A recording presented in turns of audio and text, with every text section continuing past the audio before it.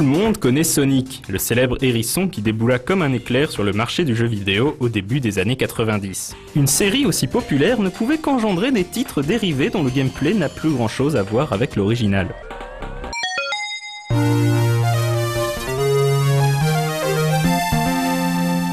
La popularité des stages ayant pour thème les casinos et les flippers dans les jeux Sonic encouragea Sega à développer un jeu basé intégralement sur ce concept. Sonic Spinball se veut une aventure de Sonic à part entière. Composé de 4 stages flippers de difficulté croissante, le but est de récupérer les émeraudes du chaos en déjouant les pièges laissés par ce bon vieux Dr Robotnik. Évidemment, c'est Sonic qui fait office de bille. Loin d'être aussi bien réalisé que les jeux de la série principale, notamment au niveau de la fluidité de l'animation, Sonic Spinball reste un jeu attachant qui ne fait pas honte au hérisson bleu.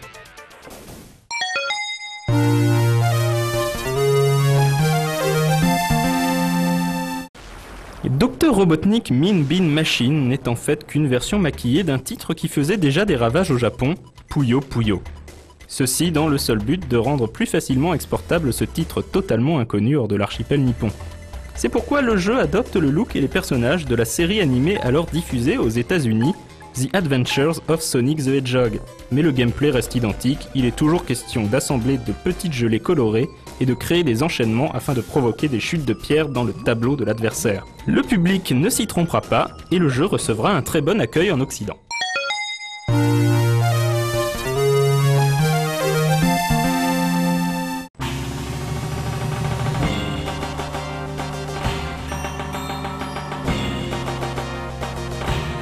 Tout comme le Mega CD comptait Sonic CD parmi ses titres de lancement, la Mega Drive 32X eut également droit à son titre tiré de l'univers de Sonic, mais sans le hérisson lui-même.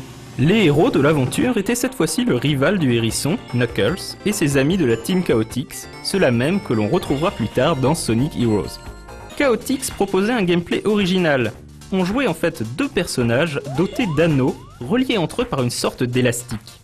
Pour venir à bout des niveaux du jeu, il fallait utiliser au mieux les propriétés des anneaux pour augmenter sa vitesse ou se propulser dans les airs. Pas évident à maîtriser, Knuckles Chaotix proposait de très beaux graphismes et une bande-son funky des plus agréables à l'oreille.